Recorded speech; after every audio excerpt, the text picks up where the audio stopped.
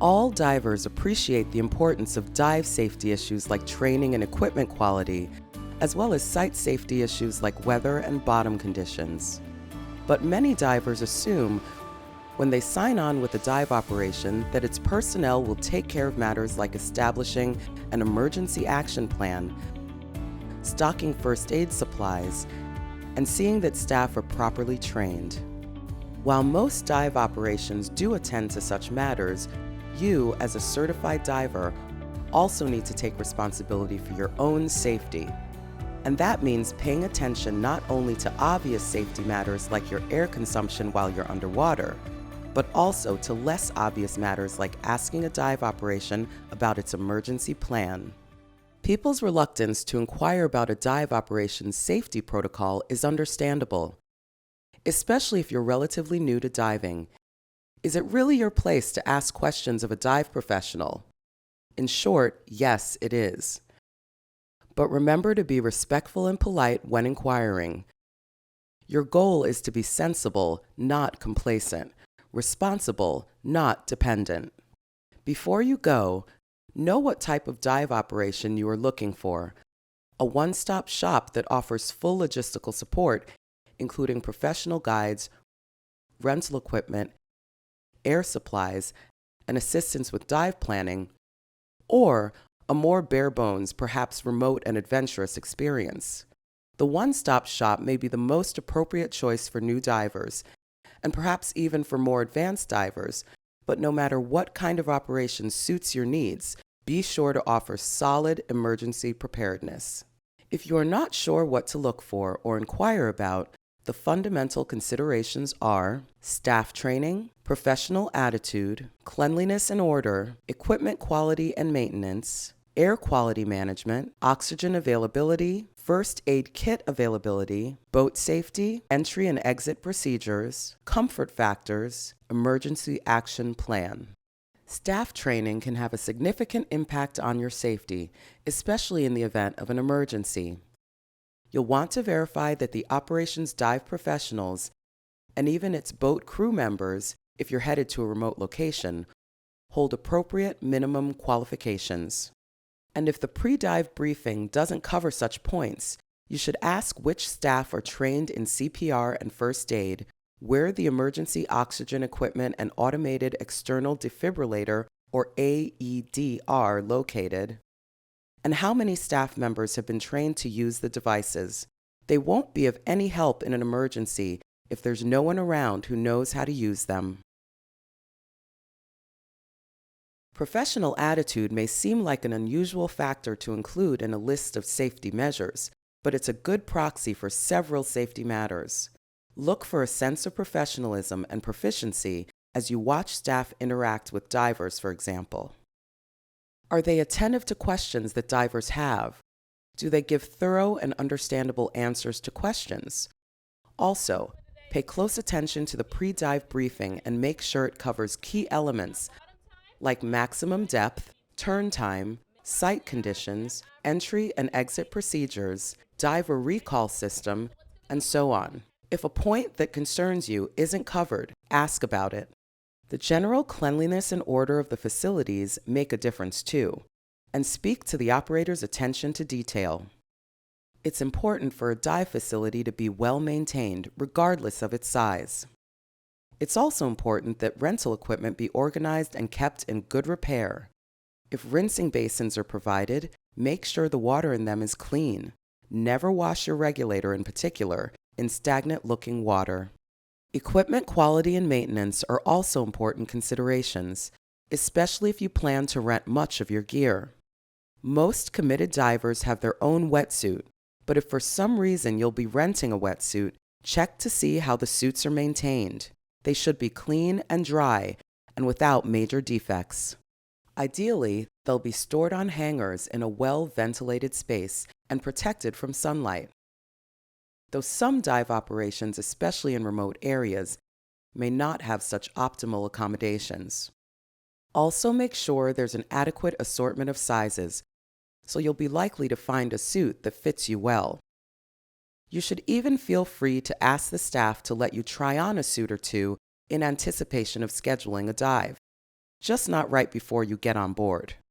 If you plan to rent a buoyancy control device or BCD, make sure all the BCDs appear well cared for and that you know how to operate the one you'll be using.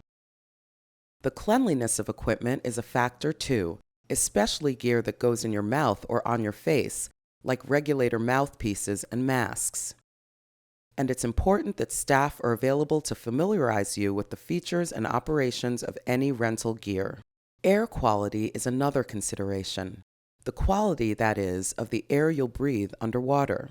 The equipment a dive operator uses for making and storing breathing gas, as well as the tanks used to carry it, should be handled and maintained with care. Some operators run a filling station on the premises, while others bring in their air from another source. If there's a filling station on site, it should be clean and orderly. They should also have an air quality certificate on display or a logbook documenting testing results. And no matter where they are on the premises, tanks should be stored properly and secured in an area accessible only by authorized personnel. Make sure that air and nitrox tanks are properly labeled too. It's also worth asking if a gas analyzer is available for divers who plan to use nitrox, so they can do a final pre-dive check of their tank's contents. This should be standard wherever nitrox is offered. It's okay for tanks to show signs of extensive use, but there should be no evident corrosion. Look especially for corrosion between the valve and the cylinder in the aluminum tanks. This is where they usually leak. It's also important that you check for and see evidence that the tanks are inspected regularly. The date of a tank's last hydrotest inspection will be stamped close to its shoulder. This date should be no more than 5 years before the day of its use. Every tank should also bear a sticker, usually near the base, with the date of its most recent visual inspection. On aluminum tanks, such inspections are typically done every 12 months. Emergency oxygen availability is another important factor. Every dive operation should have equipment to administer oxygen to injured divers, whether they're diving from a boat or from the shore. If you don't see such equipment, ask about it. Also, make sure the unit is easily accessible and check its condition, including whether it appears to be well maintained and has all its parts in place. Ideally, it will have a demand valve, since that type of delivery device provides the highest concentration of oxygen. A constant flow device, such as a non-rebreather mask, is not sufficient as a primary delivery method. Remember, too, that constant flow delivery devices like non-rebreather masks are single-use disposable items. If you see wear on these, it's not acceptable. And as with scuba tanks, it's okay if the equipment shows signs of use, but there should be no evident corrosion. Take a look at the unit's oxygen capacity and current fill level as well, and ask how many members of the staff are trained to use it. A well-equipped first aid kit is a must. There should be one near every shore entry point and on every boat. Make sure all kits are easily accessible by anyone in an emergency. Verify that key items such as tape, bandages and gauze, hot and cold packs, tweezers and scissors, and a basic first aid guide are present. A spray bottle filled with white household vinegar is a must in areas where jellyfish and other cnidarians are common. And take a quick look to make sure any medications and ointments are still within their expiration dates. Boat safety is yet another key factor. It's important that the vessel is well maintained and in good order. All scuba tanks should be properly secured, a first aid kit and emergency oxygen should be on board, and the deck should have an anti-slip surface. Also make sure there's a provision for an easy and safe entry into and exit from the water. And make sure a proper emergency action plan is aboard and easily accessible. Entry and exit procedures are a critical aspect for dive safety. It can be a challenge to get yourself into and out of the water while you're wearing cumbersome gear and possibly coping with waves or currents as well. Many aspects of the process are under your own control, but there are some aspects that your dive operator must see to or may help you with. So whenever you're diving with a new operator, be sure to keep an eye out for relevant issues. If you're diving from a boat, the dive master should cover entry and exit procedures during the briefing. If not, make sure to ask what entry method they typically recommend. A giant stride off the stern is the most common technique, but some operators may advise using a different method, such as a back roll, depending on the size of the boat. Make sure you understand and are comfortable with common water entry techniques. Also, pay attention to what assistance the crew generally provides, such as help donning fins, putting on your weight belt, or handling camera equipment. Such assistance can aid diver traffic efficiency. And note whether there's a trail line, also called a swim line, off the back of the boat for divers to hold on to while they're on the surface. There are a variety of safe exit procedures, so ask what method the crew prefers. Remember, the crew has expertise in that particular environment and with that particular vessel, but at the same time, if you don't feel comfortable with any of their recommendations, don't hesitate to ask them for alternatives. Shore diving presents its own entry and exit challenges. The most significant considerations involve the environment. Is the bottom rocky or sandy? Does the beach have a gradual or a steep slope? What types of currents can you expect? When you ask the dive operator or guide what entry and exit procedures they recommend, listen for mention of considerations like these. For example, if waves or currents are a factor, look for a procedure that minimizes your time on the surface. Or if the location has a steep drop-off, look for the presence of buoys marking the entry and exit path. Also, ask about boat traffic and avoid areas with heavy traffic.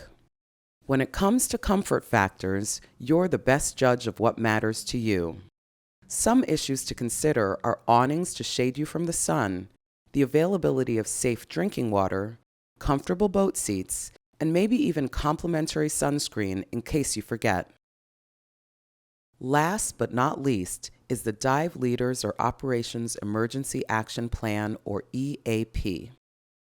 Before you dive, ask to see the plan. And if an operator or guide uses dive locations with varying conditions, it's key that they have an EAP specific to each location. The plan should contain an easy-to-find list of emergency phone numbers, such as for the local emergency medical service, the nearest hospital or clinic, and emergency evacuation service. If there is a recompression facility in the area, the location and contact information may be included as well.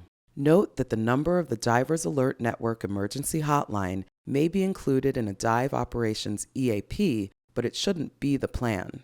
Another element of a solid EAP is a clear flow chart for managing a diving accident, as well as evidence that staff are qualified to handle potential diving emergencies. And remember, the more remote the dive site is, the more important emergency planning becomes. To recap, most dive professionals and operators are firm believers in and advocates of dive safety. However, you bear the ultimate responsibility for your safety. Look, listen, and inquire. If you are not completely comfortable with what you see, hear, or feel, forego the dive.